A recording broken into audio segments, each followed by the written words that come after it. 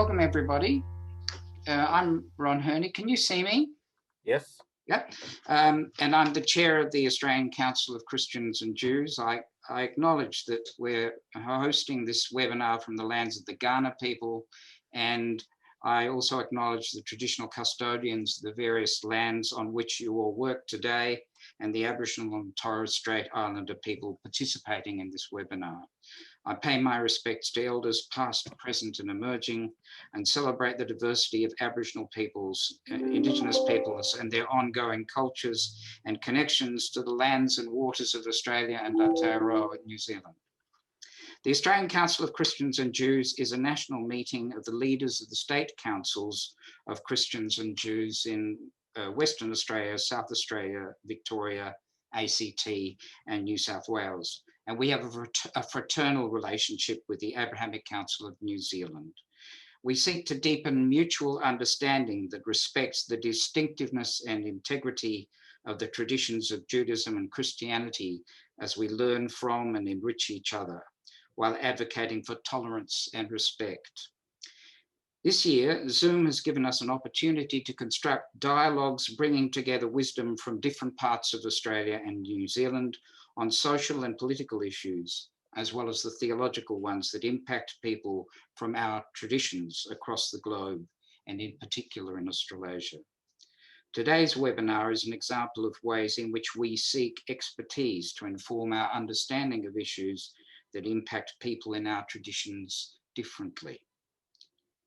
My parents were Holocaust survivors from Hungary.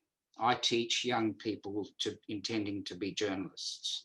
And I can't tell you how much it affected me when I showed them video of the Charlottesville March in August of 1917, with young white Americans in neat collegiate haircuts parading with tiki torches in the streets of a small university town, chanting, "Jews will not replace us."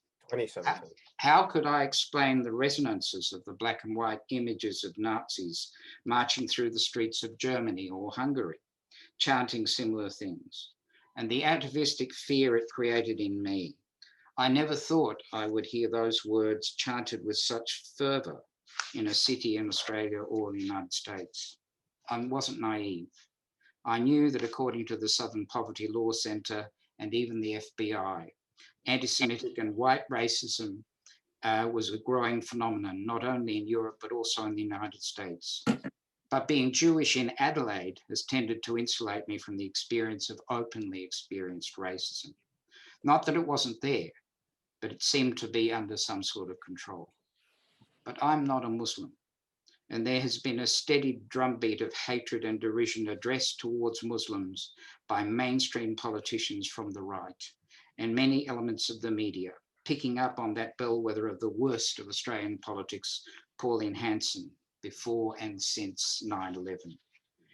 The tacit support of politicians who thought a little Muslim baiting would help them sway the Australian electorate and mobilise our fear of difference provided cover for the development of a toxic brand of hatred that led to an Australian man taking a tour of the hotbeds of racism in Europe and returning to Australasia with a hideous plan to sound a tocsin in what he would describe as a race war by killing more than 51 Muslims at prayer in Christchurch. As I'm sure our speaker Anjum Rahman will tell you, the Muslim community had a dreadful fear that just such a thing would happen and tried to alert security services in New Zealand that such an event was a possibility or even a likelihood. Just as I assume both the Muslim community and the Jewish community in Australia has been warning of the possibility of a similar event here in Australia. Today, we're coming together with three perspectives on this threat. Each speaker will speak for roughly 15 minutes. Our first speaker will be Muslim community leader Anjum Rahman from New Zealand. She'll be followed by Professor Greg Barton and Associate Professor Debra Smith. Please stay muted. If you have any questions, please enter them in the chat and we'll select some to ask at the end of the presentations. I have much pleasure inviting my Deputy Chair, the Reverend Jenny Chalmers, to introduce Anjum Rahman. Oh, kia ora from Aotearoa, New Zealand. Anjum Rahman is the project lead of the inclusive Aotearoa Collective Tāhono, an organisation working on creating a stronger sense of belonging through connections and collaboration. Inclusive Aotearoa Collective Tāhono was established in response to the Christchurch massacre. In media interviews shortly after the March the 15th terror attacks, Anjum, as the spokesperson for the Islamic Women's Council of New Zealand, said that they had been trying for years to warn authorities of the very real threats the Muslim community was facing from right-wing or alt-right terrorists. Anjum is a chartered accountant with over 25 years experience, working with a range of entities in the commercial, farming and not-for-profit sectors. She also commits to various volunteer roles in the community. She was a founding member of the Islamic Women's Council of New Zealand, an organisation formed in 1990 to bring Muslim women together and represent their concerns. She has also been a founding member and trustee of Shama Ethnic Women's Trust, which supports ethnic minority women through its social work service, life skill classes, and community development.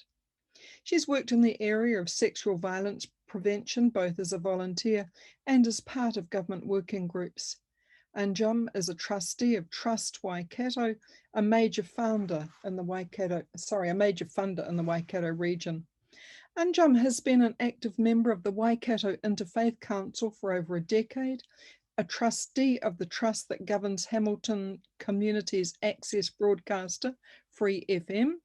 She is a member of international committees around dealing with violent extremist content online, such as the Christchurch Call Advisory Network and the Global Internet Forum for Countering Terrorism.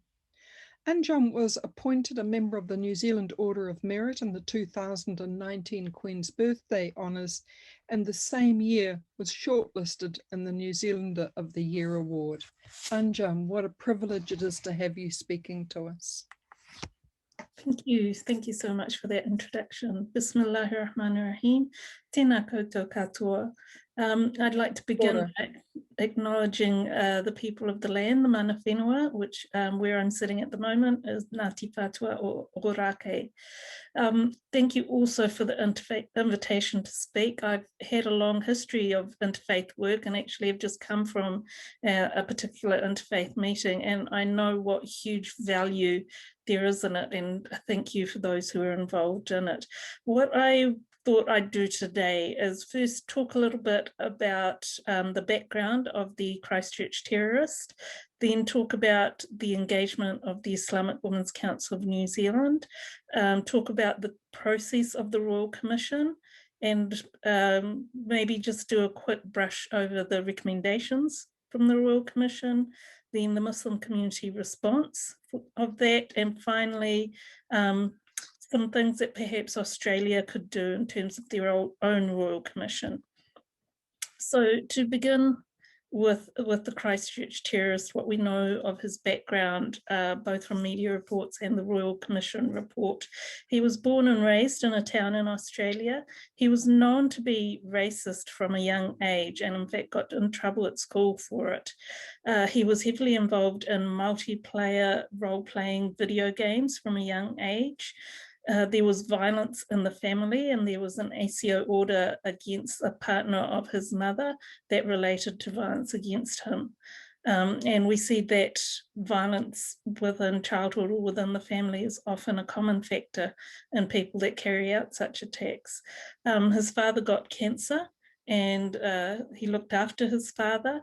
There was an oblique reference in the Royal Commission report where they said they weren't quite convinced that he wasn't involved in his father's death, and so I'm not sure if this was euthanasia or so on, but it was asbestos poisoning, and his father did receive money in a settlement around that.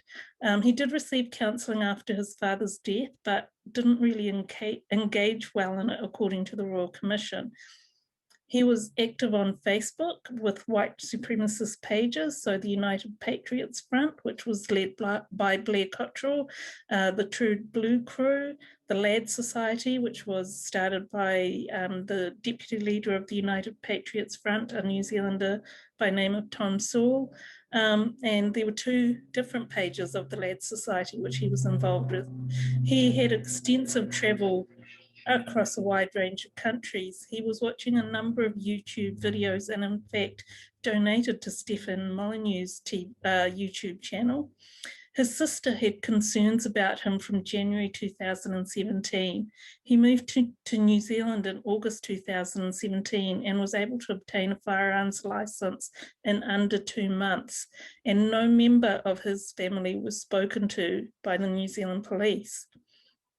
His mother came to visit over New Year's period of 2018-2019 and expressed that she was very distressed about the way that he was thinking and was really having significant concerns about him at that time. So that's just a brief picture. The Royal Commission report has much more detail around his background. The Islamic Women's Council of New Zealand is a not-for-profit organisation that is run by and for Muslim women. And we've had significant engagement from 2015. We had been raising concerns around Islamophobia in our engagements to government. And in 2016-17, we certainly had been talking about the alt-right. Specifically, we went to a heads of government meeting on the 23rd of March 2017 and raised those issues, raised our concern that the alt-right appeared to be better funded and more active within New Zealand. The next day, we talked to the minister responsible for the secret intelligence services here in New Zealand and raised those concerns as well. After that period, we engaged with the secret intelligence services, with the Department of Prime Minister and Cabinet, with the New Zealand Police, with the Department of Internal Affairs, with the Office of Ethnic Communities and the Ministry of Social Development.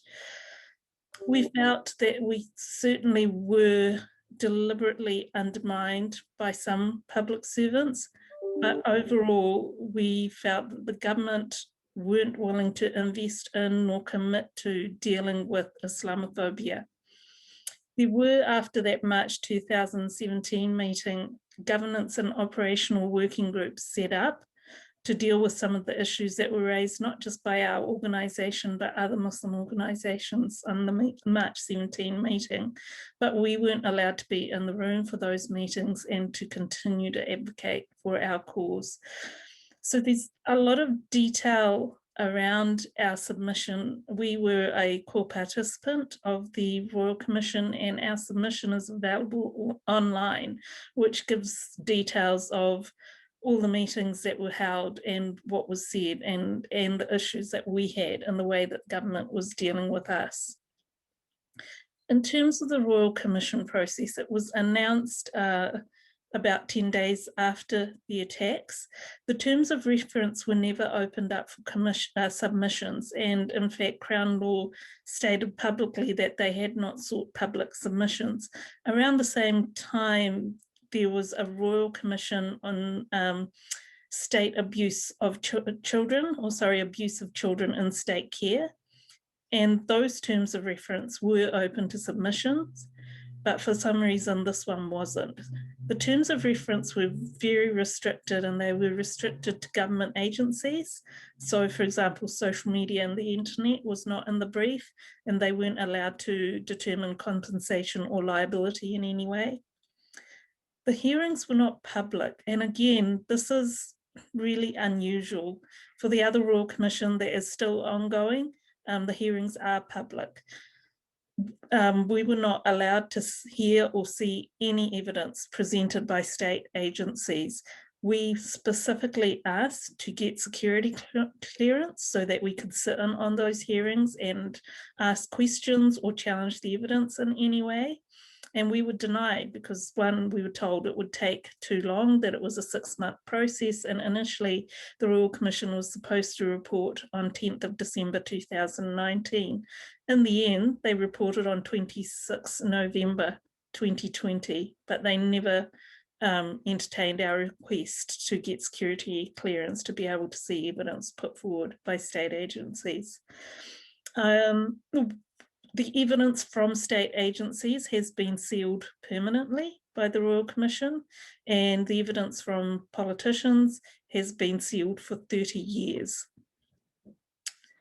I was also part of the Muslim Community Reference Group so that we had opportunity to give feedback and ideas, but many of our questions weren't answered. So, for example, one of our women's organisations received a threat on 20th of February 2019, which specifically referenced 15th of March. They said they were going to burn Qurans outside of a mosque in Hamilton on 15th of March.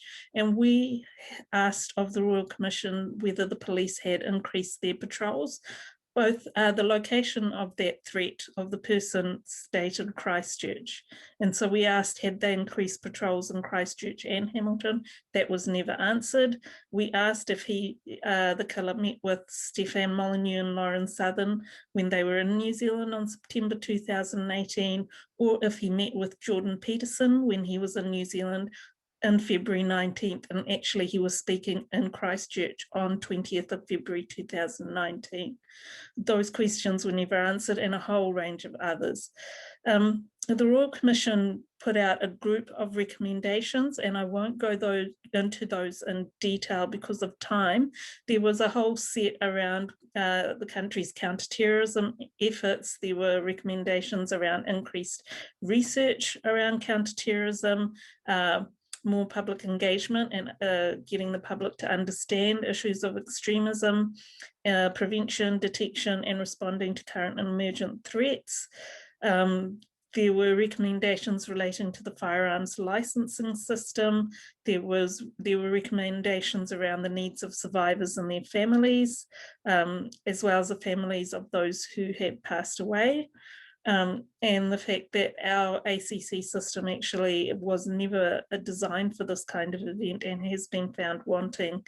There was quite a bit around social cohesion and the work that the government needs to do in that area and how they need to be doing it. There was recommendations around hate crime legislation and around hate speech, because New Zealand laws on hate speech are, they don't cover religion, gender, sexuality, and so many other things. In terms of the Muslim community response, let me first say that I can't speak for the whole community. This is one person's response. I certainly don't have the mandate to speak for the whole community, and I certainly don't have the mandate to speak for the victims. I'm based in Hamilton, and I was not present during the attacks in the Christchurch mosques. Generally, I would say that the community were upset with the findings, and particularly were upset at the way that they had been interpreted, in terms of they've been treating it as if the public service and politicians had been exonerated and that there was no fault. When we read the body of the report, it does speak of deep systemic failings, and there are significant failings: the lack of sufficient resourcing, the disproportionate concentration of resources on terrorism by those who distort Islam, lack of leadership in discussing security issues. They don't really talk about the politicization of those issues, but we know that that also has an impact. They were scathing of the social cohesion work within government and how lacking that was, and that the engagement with the community was poor. As I mentioned, the ACC, which is the Accident Compensation Corporation, that system in New Zealand makes it difficult to take legal action for criminal negligence in this country. There were a lot of costs related to the attack. So there was, of course, the cost to human life and human health, the costs of the police attending that day and increased security around the country and increased security around mosques for quite some time. There were the costs to the health system with the immediate dealing with the injuries and those who had died, as well as ongoing mental health issues. There were the costs of the Royal Commission, and many other costs. And just imagine if they had invested in prevention and listened to and engaged with communities when we were asking for their help. We hold the position that the attack was preventable, but there has to be a political will to act. That will is created by the public, and there's a role for media, community leaders, and community activists. And I think for us, we were a small organisation trying to get movement in government, and it was very easy for them to ignore us. And all of those forces are very good at dividing communities from each other and pitting us against each other. Therefore, the government could ignore us and pick us off.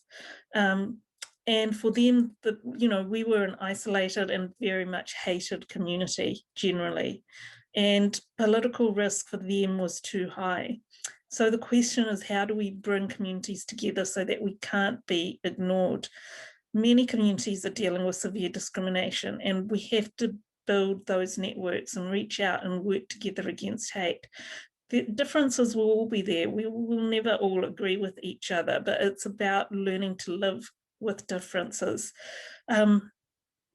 As a community, we continue to work with government. We engage as organisations, we engage with officials and with ministers. We are continually putting ideas forward and giving them feedback. We continually engage through the media. My own work with inclusive Aotearoa Collective Tāhono is in the prevention space, and it's about developing a strategy for belonging and inclusion and building a collaborative network across communities, not just across faiths and in different cultures, but across abilities, gender, age, socioeconomic differences, and so on, to see how we can all get in the room and start building our networks and building our strength. Finally, I did want to cover the fact that I think that Australia needs to do a Royal Commission on these attacks. And here are some of the questions that I think they need to address. Were there points of intervention in the life of this terrorist, and what more could have been done in those points of intervention? What caused him to be so racist at such a young age, and was that environmental or home factors? My understanding is that others in his wider family didn't have those same tendencies, so why was it so prevalent for him? What impact did the multiplayer video games have on his thinking? What impact did the YouTube algorithms have on his thinking and what he was watching and how it was being suggested to him? What impact did those extremist Facebook pages that I mentioned have on his thinking? And what can be done about all of these factors without infringing people's rights? And that we need to stop putting it in the too hard basket. How can a person report concerns that they have about their family members, knowing that that family member would be looked after, so that they felt comfortable to report?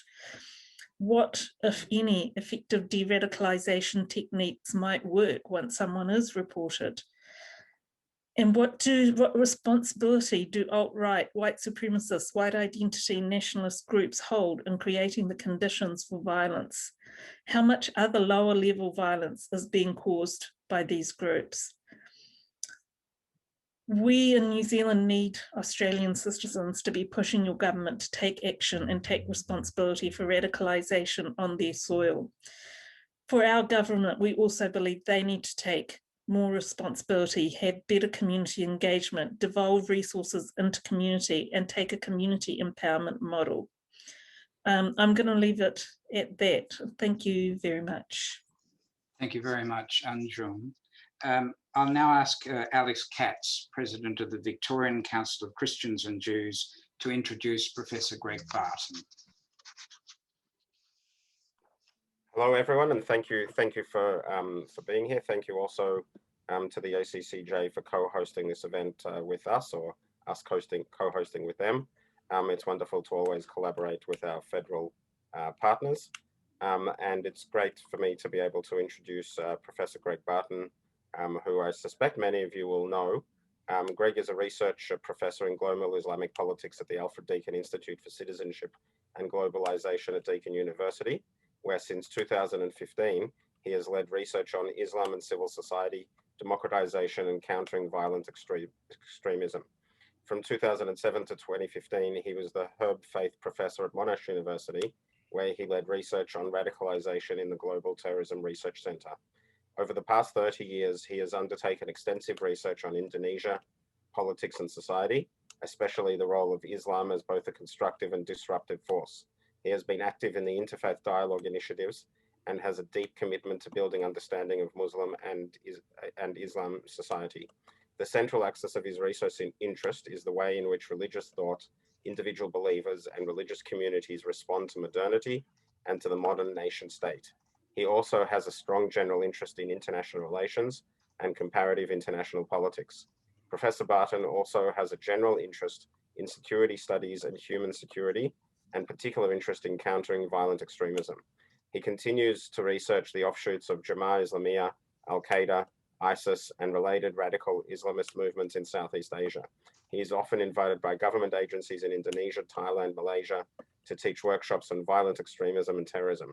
Since 2016, he has been leading the Southeast Asian network of civil society organizations working together against extremism. Given all that, I'm not entirely sure how he sleeps at night, given how much must be on his mind all the time. But we thank him very much for giving his time today and for speaking to us. So over to you, Greg. Thank you, Alex. Thank you, Ron, and thank you very much, Anjum. It's very moving to hear your comments. It's so sad that the community was not listened to before, and it's particularly sad to hear that the community is not being listened to now, but I'm very glad for you speaking up over these last few years. And I hope that a difference will come about. And before we forget, I would like to say Ramadan Mubarak as well. We're coming up to the holy month of Ramadan. It is a very special time, and I hope there's healing and peace for the community that's been so impacted. I've got a lot of slides. I'm going to move through them very quickly. Some of them, well, most of them, I think it's content very familiar to you, so it doesn't require me to pause very much. But there's a few points I want to make where the slides might be helpful. We know the tragic story of Christchurch. We understand the way in which it's rooted in the Australian terrorist involved had this distorted view of history, a hateful view of history. There's some very clear lessons that come out to us from what happened in Christchurch. It certainly brought home to Australia. We've heard this from the ASIO statements, that not only is far-right extremism a rising danger in Australia, but it's a present danger in terms particularly of a lone actor like the Christchurch terrorist taking action. There are some differences between Australia and New Zealand in terms of previously access to assault rifles, but you know, we saw in Nice on Bastille Day in 2016 what can happen with one man with a truck. So that could certainly happen in Australia. So it's a very real, immediate threat. It's not something that's gone away. And it's a threat that fits part of a larger pattern. So let me speak to that very briefly. We've had a series of attacks. The US is particularly being badly hit with mass shooting attacks. Months after Christchurch, we had an attack in El Paso, Texas, that was racist, white supremacist in nature, but it emphasized this white supremacist idea of great replacement, and it referenced the Christchurch attack. And of course, these attacks didn't begin in 2011 with the attack in Utoya and Oslo, but that was certainly a key reference point that these right-wing extremists look back on and glorify in a perverse way.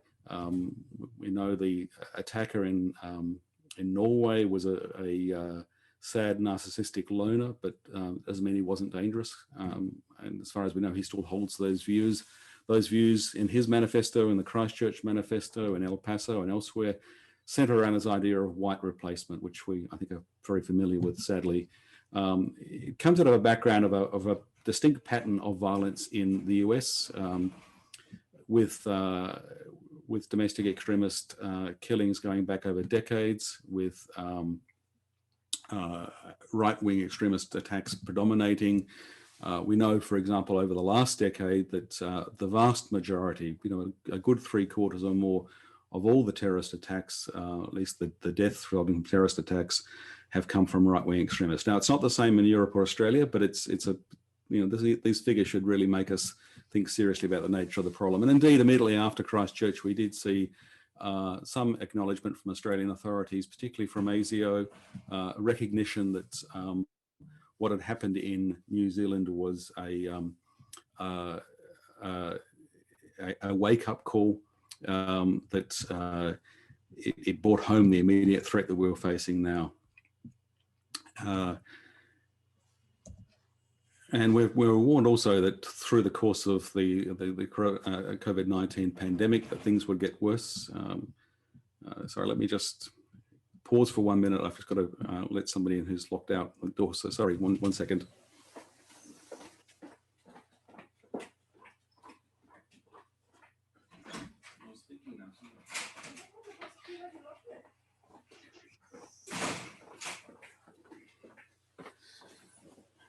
Okay, apologies. So we've seen that pattern and that sort of warning, unfortunately, borne out through the course of the last 12 months with attacks across Europe, attacks in America that have exploited the opportunity of the Black Lives Matter protests to then generate their own occasion for violence. We've seen a terrible uptick in violence in France and a rise in both anti-Semitism and Islamophobia. And of course, this didn't begin last year with the COVID pandemic.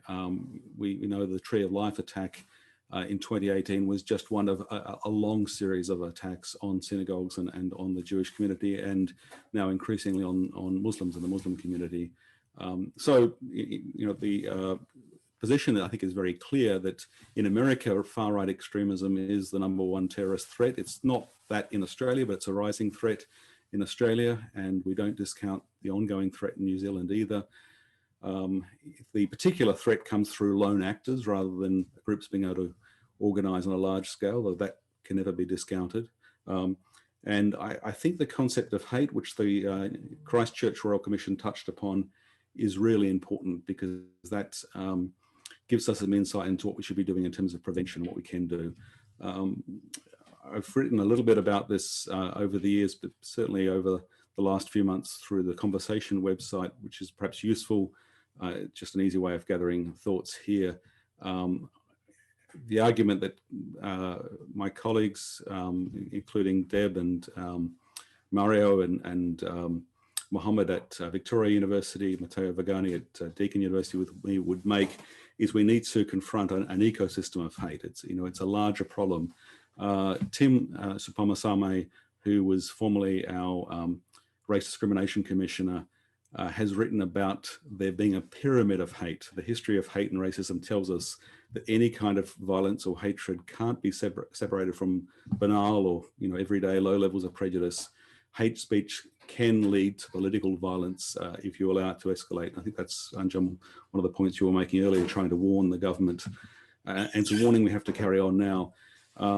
So when Mike Burgess spoke of this in his annual threat assessment, he used really strong language. He said, we've got neo-Nazi groups meeting in the suburbs.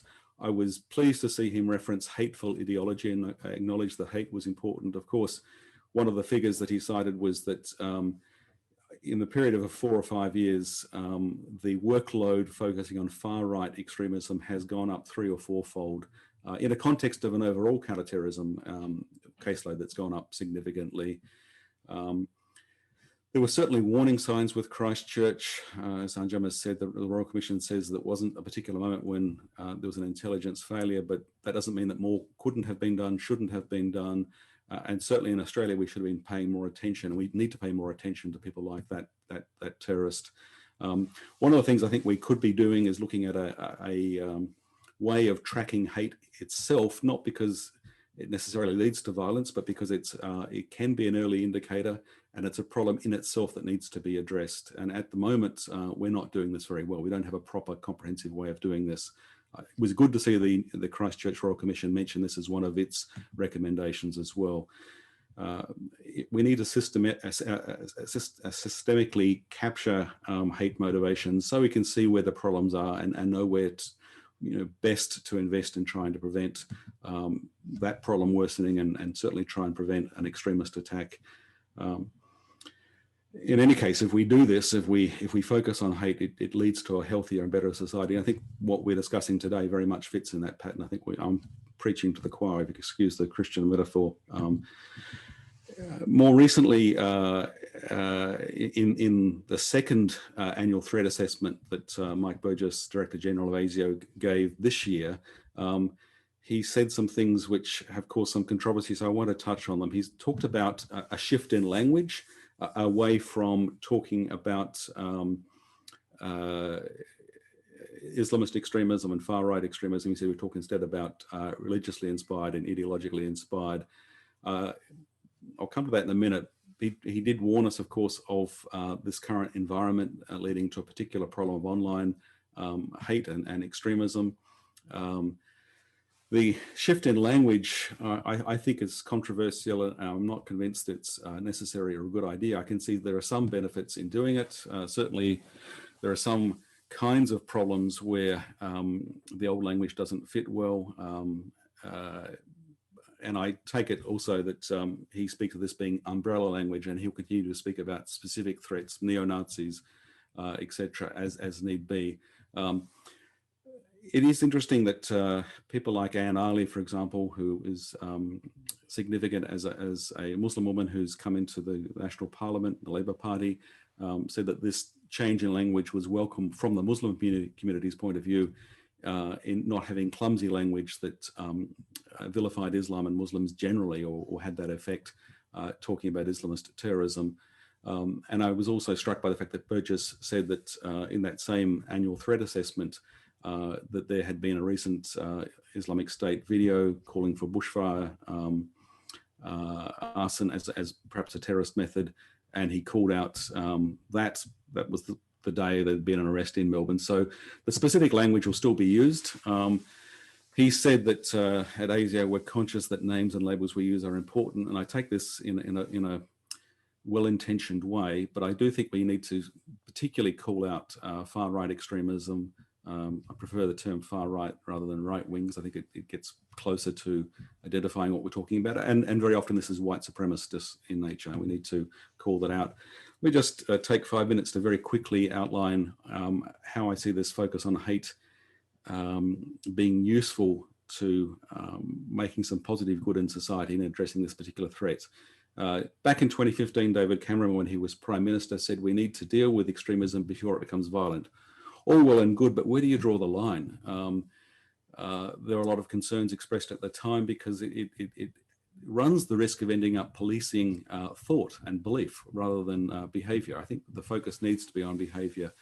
I think if we understand that there's a link between hateful extremism, organized hate, and violent extremism, of course, violent extremism by definition involves hateful extremism. Not all hateful extremism is violent.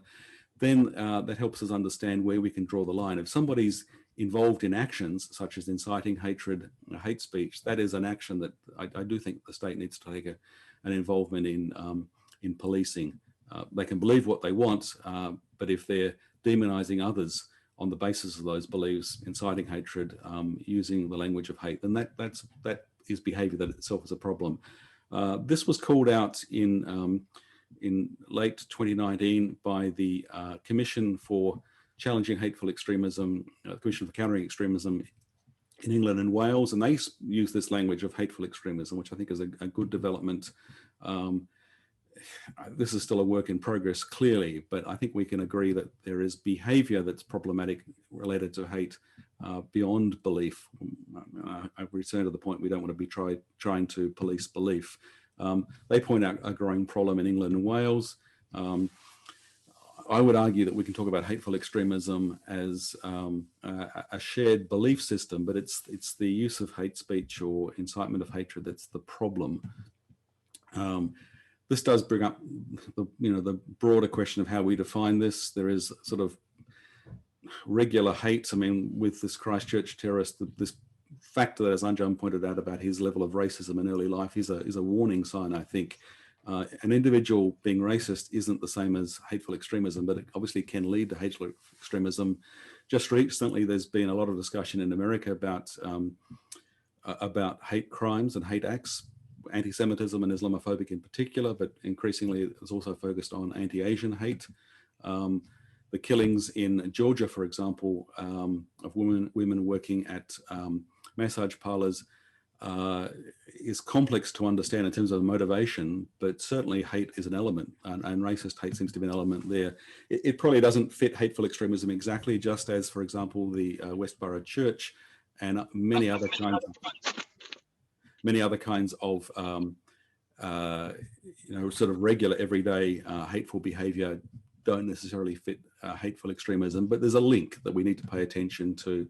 And the link I think we need to focus on, I would suggest, is certainly white supremacism. We need to call that out, but to put it more broadly in a global context, toxic nationalism, because, for example, Hindutva extremism in India, directed particularly at Muslim minority, but also at other minorities, or anti-Rohingya Burmese nationalism in Myanmar, are examples of toxic nationalism that I think are related in the sort of hateful drivers in identity politics and hateful extremism to white supremacy. Obviously, they're not white supremacists. They're something very different, but they're part of that same family.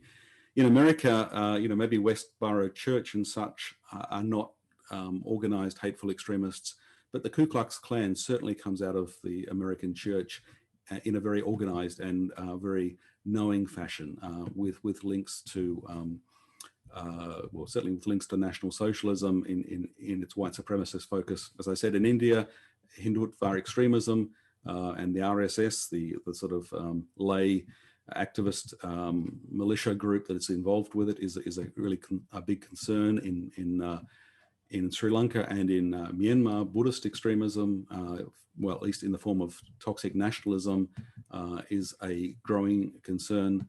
I think this is a widespread human problem, and it is linked actually with this other concern we have with violent extremism. We talk about Islamic State and think it's something quite separate. The Muslim community in Sri Lanka was warning authorities about Muslims who were extremists, who are involved in what we would call hateful extremists. They said these people are dangerous and are having a corrosive impact on our community and broader Sri Lankan society. They weren't listened to. I think the government was focused on an earlier kind of violence that it had become tunnel visioned about. And of course, this group turned out to be linked to Islamic State and carried out this awful attack, quite sophisticated. The authorities didn't see it coming because they weren't looking for it. They were warned by the Muslim community, and the warning that the Muslim community had was hateful extremism. I think there's something we should take from that. I was encouraged then to see that the Royal Commission in New Zealand spoke of looking at hate speech and hate crime legislation. As I said, we've done a bit of work at Deakin University and at Victoria University on this question of how we respond to hate, tackling hate, and how we understand it. I'll leave it here, but I think we're dealing with a broader set of problems, and I don't mean to be reductionist and say that they're all the same thing, but I do think we need to look more broadly at the problem of hate. Certainly white supremacist, certainly neo-Nazi, certainly Islamophobic and anti-Semitic hate, but to get beyond those specific manifestations and try and think about what we can do in society to address this. And hopefully, as Anjum has warned us, if we look at these warning signs, we might be able to learn lessons and prevent further attacks. Thank you. Thank you, Greg. It's now my great pleasure to invite Associate Professor Debra Smith to speak. Associate Professor Debra Smith is a Principal Research Fellow at Victoria University. Her research focuses on questions of violent political extremism, social conflict, and social change. She has a particular interest in the role of emotion within violent extremist beliefs and actions, the role of social media in radicalization to violence, and in translating research for applied practitioner outcomes. She co-leads the Applied Security Science Partnership that brings together researchers and law enforcement practitioners to undertake collaborative applied research on violent extremism for translation into tools for frontline practitioners. She recently co-edited the first book on Australia's contemporary far right and is currently co-authoring the book International Terrorism and Counter-Terrorism in the Australian Contexts. In 2020, Deborah was awarded the Vice Chancellor's Award for Excellence in Research Individual. Thank you, Deborah. It's now thank you, Deborah. Thank you for that lovely introduction, Ron, and hi to my friend and colleague, Greg. Lovely to see you, and Anjum, lovely to share the stage with you, and I'm very sorry for the pain that your community is experiencing. I want to talk to you a little bit about the role of emotion in radicalisation of white extremist terror, and I'm going to put a pigeon among the cattle, I guess. The thing is that we've talked about hate, and I completely agree with Greg that there's this underlying emotion of hate that we really need to deal with, that's manifesting in lots of different ways. But what I'm going to talk to you today is about how these groups are fulfilling needs. And often these groups are very positive places for people to be. And whilst that's quite confronting, it's very important that we understand this, because only by understanding the needs that these groups fulfill can we begin to undermine the attraction of them to an increasing number of people. So please don't take any discussion I talk about as positive emotions is to suggest that these groups are in any way positive themselves or healthy, but simply that they are fulfilling a need which we need to undermine and address through a plethora of different strategies in order to address this problem. So I just want to start off by saying we need to remember that when we talk about the extreme far right or right-wing extremism, we're actually talking about a very diverse movement. I think Greg really showed that in a global context. I would say that even exists even here in Victoria. So this is just some findings from some work that we did prior to Christchurch, and I'm going to contrast that with some work we've done post-Christchurch, and I'm going to talk about the difference of emotions across a couple of these two main platforms. So the emotions that are taking place around Facebook, the Christchurch incident, and then the move to Gab and what happens emotionally for some people. And this gives us a bit of insight into how people are recruited into these movements. So we have by far the largest form of right-wing extremism in Victoria and Australia, uses the lens of Islamophobia, an anti-Islam lens. This is the entry point that is proving to be the easiest way to get people in to far-right extremism. So people are not generally coming in as white supremacists. They're coming in as Islamophobes, and then they're moving towards white supremacy, and some will stay in Islamophobia and will not move to white supremacy more as a niche of that, and others will make that move. But it is in the many anti-Islamic areas on groups on platforms like Facebook, which is the hunting ground for white supremacists to recruit. But we also have cultural superiority groups. These are people who you can actually be Asian in these groups. You can have black skin and be in these groups as long as you subscribe to a type of Aussie values according to them.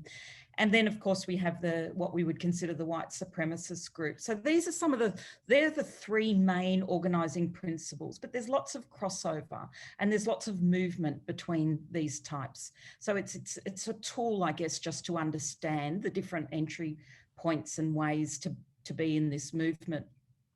And within these, there's a lot of crossover in what they talk about, particularly in Facebook. As I mentioned, it's very much patriotism, pride is a big emotion in that.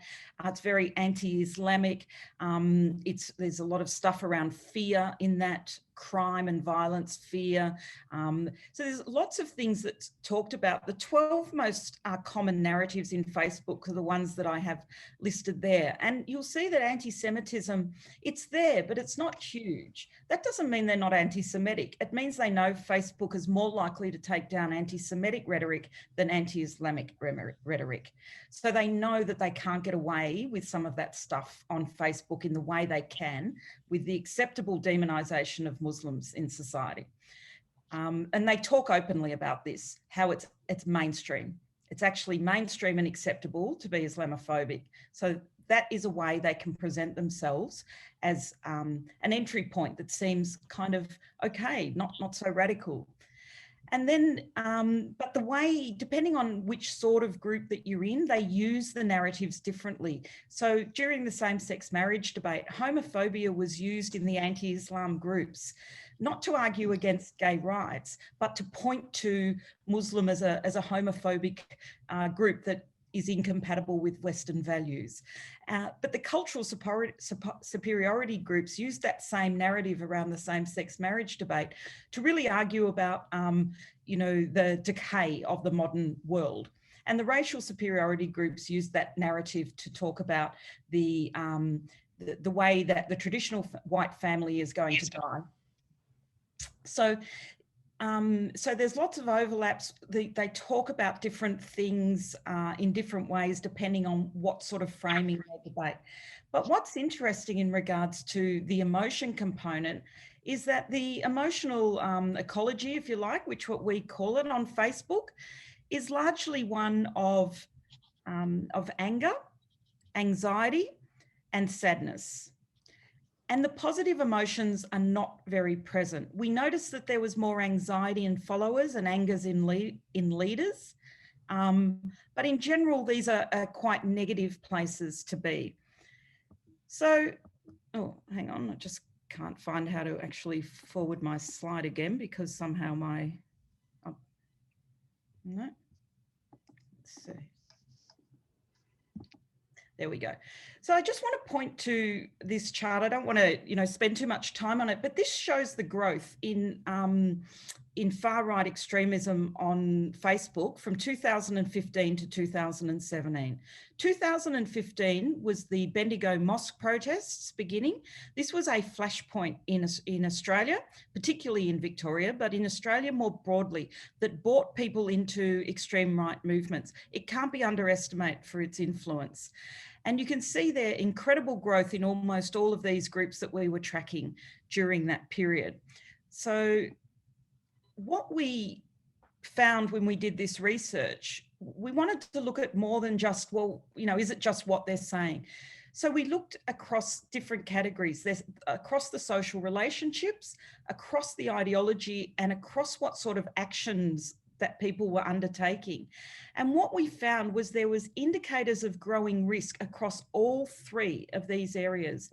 Now, I want to put the proviso here that even though this report was handed up in November 2018, we are in no way suggesting we had any idea that something as horrific as Christchurch would take place, the terrorist attack in Christchurch. What I would like to point to, and I guess this supports Anjum's earlier point, is that we have empirical evidence that there was a growing problem and that this needed to be shown empirically in order for any funding or response from a government situation. So what we're trying to do here in that period was we were going around to the police, to the government, and presenting this as a growing risk context in which violence is more likely to emerge. And, you know, quite frighteningly, we saw, you know, really increased search terms for high-risk violent terms about the week before, during, and the week after any of those street rallies that were taking place in Victoria at the time. But then the events of Christchurch happened in March 2019. And one of the things that happened there was a lot of takedown of Facebook groups. So all the groups that we were monitoring went offline pretty quickly.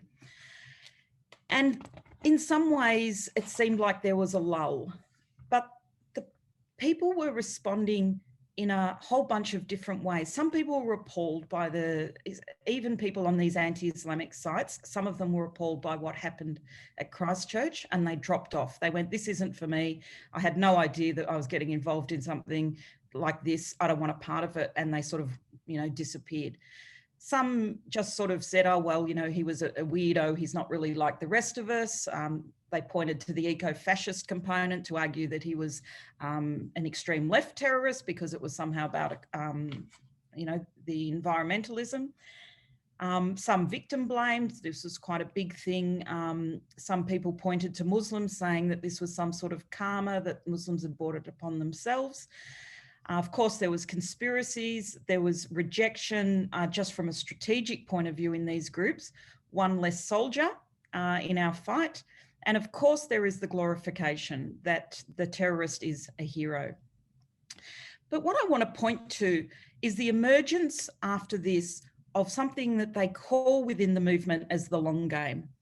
So the long game is to cause chaos, let the system collapse.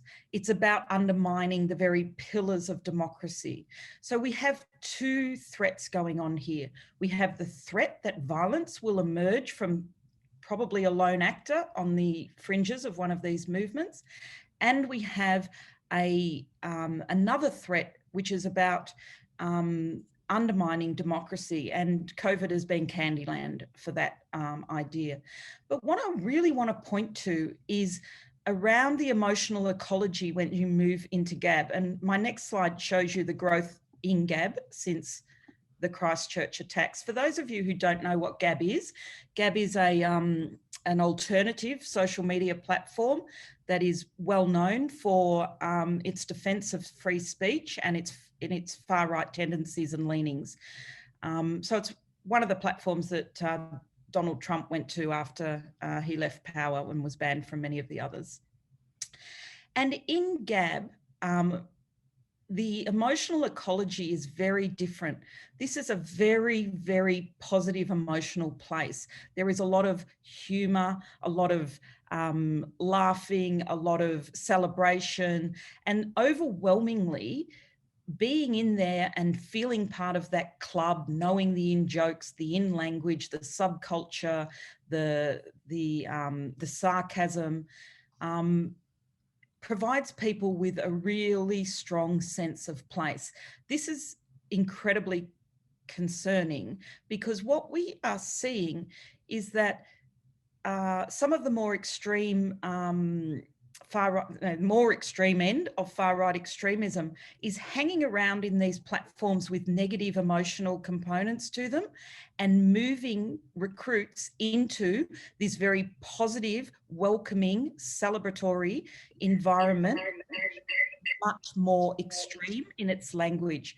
And so you see in GAB, whilst in Facebook, the anti-Semitism and was not as big a narrative, in GAB, it's around 50-50, and very equal to the anti-Islamic narrative. So this is emerging in these platforms, but it's often the hateful message is hidden and covered up by humour, by satire, by visual imagery that is almost like a club that you can belong to. So this gives you an idea of the growth in GAB, and they have an Australia subgroup, which is where a lot of the extreme writers hang out. So in March 19, there was under 5,000 people in GAB. After March, in between March and June, you saw the takedowns of the platform, the Facebook platform, so the more highly moderated ones. And I'm not against taking down these groups, by the way. I just think it's also a double-edged sword that we need to be aware of. People were recruited and moved into GAB, and now in March 2021, there was 47,700 members, a huge growth. And that is actually, I checked before I came on, it's already up to 49,000. So one of the things when we're talking about and understanding the role of emotions, and I'm really happy to talk about the way out as well in the question time. So what the role of emotions is in these groups is it's validating the feelings of potential recruits. So high levels of anxiety is a great recruiting ground for far-right extremism, because they can go there and say, yeah, yes, the world's really tough. And then, you know, you're right to feel anxious. Everything's so insecure. The world's falling apart. And then they provide a solution to that. And what is happening in these groups is they're teaching new feeling rules. They're teaching people different ways to feel, which are based around solidarity, acceptance, positivity, action, agency. And so where people might have felt watching the video of the Christchurch terror attack was abhorrent, when you participate in these groups, you can learn to feel something else. You can learn to feel that this was actually a glorious moment. And the ecosystem that Greg refers to creates new rules so that people feel that these feelings are normal when they're actually not. And they seek to transform passive emotions like anxiety into really active ones like hate and anger, but not any anger, not just disparate anger. It's anger with a purpose. And I've had people say to me, and I've marched with these groups between 15 and 17. I've been to those rallies and participated in them as an observer. And people will tell me it feels better to be pissed off with a reason than just to be pissed off.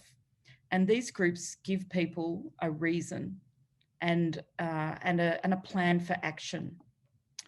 I don't like to finish on a really negative note. So I think we should always finish these talks with what to do about responding to these threats. And my point with this diagram is to show that we have to have a multi-layered approach. If you think about it like a net, we need a series of nets where we try to capture people before they get through to the point where they're willing to undertake an act of violence. So we need strong social cohesion policies and messaging. And I would say that the way that the Muslim community has been scapegoated undermines all minority groups in Australia. It doesn't just undermine Muslim groups, it undermines all minority groups, because it could be, you know, your group could be the next group that's scapegoated.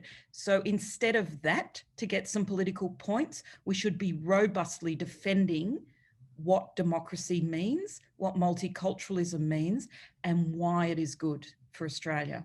And this should not be a topic that has a political divide. This should be a bipartisan approach.